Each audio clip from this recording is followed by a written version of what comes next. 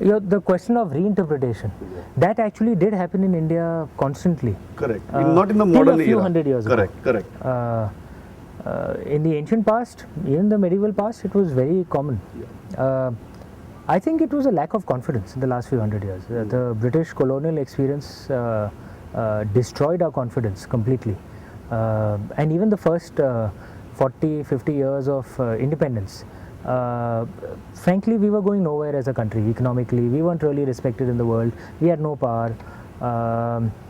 So, our country as a whole had very low confidence. It's only a confident man who can look at himself with new eyes, and that applies to an entire country as well.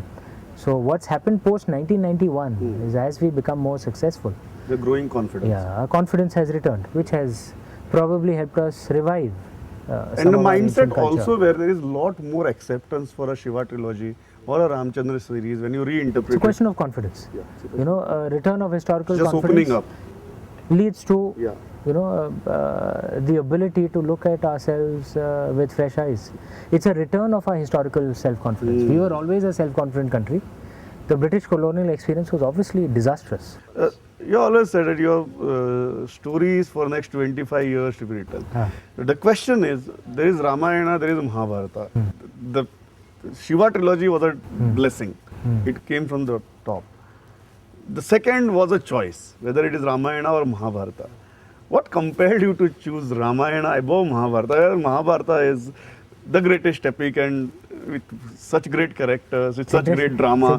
What compelled you? It's interesting you should ask this because I'd signed the contract for the next book series in early 2013, a little before the launch of Vayuputras. Yeah. And at that point of time, I frankly didn't know what my next subject would be. I had 4-5 subjects in mind. I didn't know which one of them I would write on.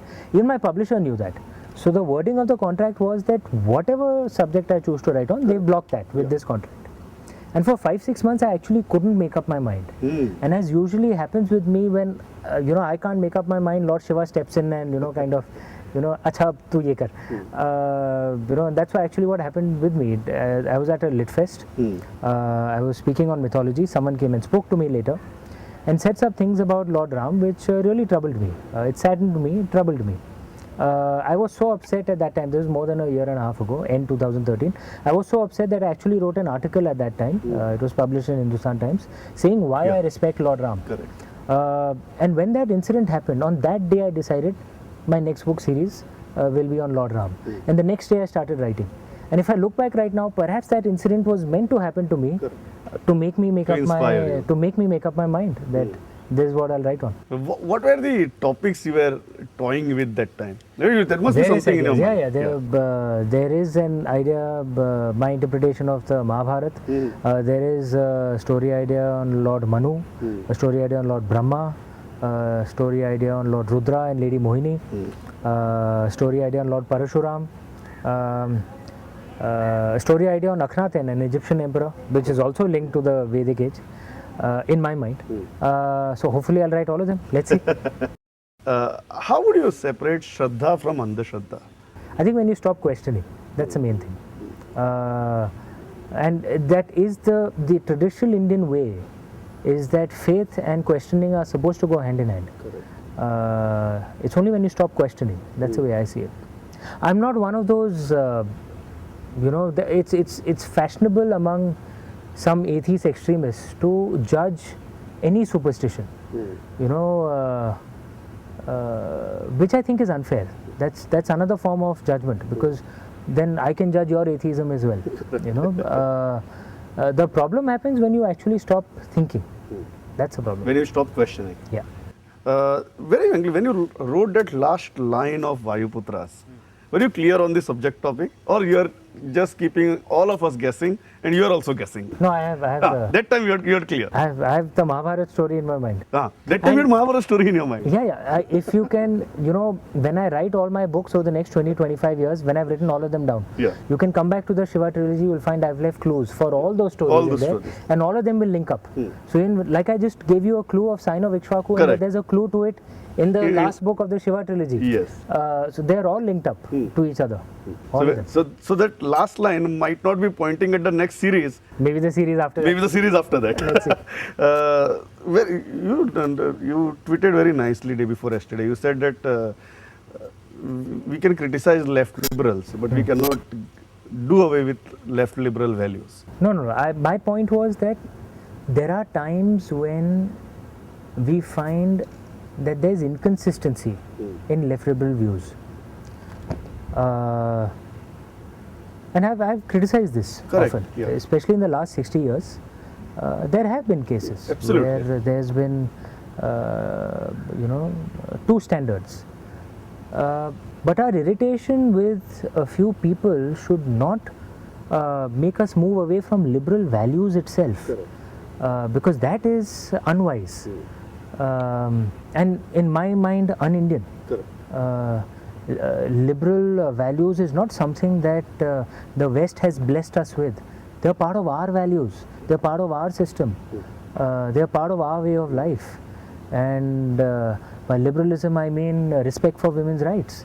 I mean the ability to respect different points of view, different approaches to God. That's a part of the Indian way of life. It's not an import from the West. Correct. So that's a point that I want to make. We have to differentiate between the two. The people who irritate us, then the point of views. Yeah, that I criticize. Yeah. Freely criticize. But don't let that turn you against liberal values itself. That will be sad. When do you decide that, okay, I'm going to tweet this and this might be a little controversial yet political? I never comment on politics ever. And I do tweet. I'm not a very active social media person. I tweet off and on. But I think, look, I like to think something through before I tweet. Correct. I'm not a instinctive, not just in my tweeting, in anything. When I'm speaking, when I'm doing interviews, I like to weigh my words. It's Correct. just the kind of person I am. So that's the way I approach what I tweet as well. Being non-political, is it a very, you have thought about it, you have decided not to be political, or it is a very instinctive decision? Because when you say something, today you are in a position to influence opinions, today you are in a position to influence minds. Why do you choose not to do it? I think the main thing is, look, there are enough people commenting on politics. Most of them, they come every night at 9 p.m. on all TV channels. I think yours too. So my suggestion is, listen to them. There are many far wiser than me on politics. My approach in life is, I might have my opinions on many things, but I like to comment on things where I think maybe I can add some value. I'm not sure I can add value on political discussions here. I mean, there are more than enough people. Seriously feel so? I don't think so. I mean, and some of the people, on all TV channels, they are so loud you can hear them even when you switch the TV set off. So I'm not sure I'm required to add my voice to it. I like to speak on things which where I think I can add some value: spirituality, science, philosophies. That's where I like to talk. You have become an expert on mythology because you I are. love cricket. Huh? I comment on that. Yeah, cricket you comment on that, yeah. Then that's very nice. That's completely non-political. Have you become an expert on mythology now that people are calling you to give lectures on mythology? Across the world, you've been interviewed on mythology at such a young age. Have you become sort of an expert now? No, I'm not an expert. And my, I think it was my father who said that moment you start thinking you're an expert on a subject, that's the moment of your intellectual death. Yeah. You always have to believe that you're a student and keep learning. And that's the way I approach my life. And I'm certainly not an expert. There are many far wiser than me, far better read than I am. The way I approach life is I must learn as much as I can, and whatever I can understand, I try and communicate that. Last thing, if you look at this phase of Indian literature, do you think finally achhe din have come for the Indian commercial fiction? Are these the achhe days of Indian commercial fictions, or we can expect better, or we can expect worse? No, certainly. I think over the last 10 years, what has happened is you have books that are much more rooted in Indian culture coming out now. More than 10 years ago, most books that were published were frankly frankly, more rooted in Western culture, more rooted in London than in, you know, than in, say, I don't know, Bilaspur, Yeah. you know, or, you know, any Indian city. Correct. You have books that are more rooted now, and therefore they sell a lot more because they connect to the real Indians, you know, not just the few westernized, anglicized Indians. So I suspect that the industry will grow more and more. Grow more and more. Yeah. But where do you think was the turning point of that change? I think Chetan Bhagat. I've said this repeatedly many times. I think he taught the industry that actually we can sell in bigger numbers. Before Chetan came, a bestseller meant 5,000 copies. Chetan is the first one who taught the industry that you can actually sell in. There is a strong market for commercial fiction in India. There is a market for books in India, as long as you can write on subjects that actually connect to the real Indians. Yeah. And in today's day, a book would have to sell at least 50-60,000 copies to be called a bestseller. There are a few authors who sell in the hundreds of thousands. There are two of us who are selling in the millions now. But God willing, there will be many more. It's Chetan started the revolution. No doubt Even about when it. Chetan wrote his first book, then we saw many hundreds of other writers writing on the similar topics. Now, after the success of Shiva trilogy, many of the people are writing on gods and religion and spirituality and trying to blend it in your style of writing. What would you tell them? What would you say to them? Because it doesn't work always. No, look, whether a book succeeds or not is independent. You know, that वो तो भगवान के ऊपर है. Going by the trend. The way I see it is that I'm delighted that there are more and more people who are mining our past, more and more youngsters who are mining our past and want to write stories on it. This is wonderful. This is wonderful for our country, wonderful for our culture, because I believe that there's a lot of positive, wonderful, liberal values Correct. that are there in our ancient culture, which we should speak of openly and proudly today. So I'm delighted that there are more and more authors doing this. Last thing, we heard many stories about the Shiva trilogy, or at least Maluha getting into a motion picture.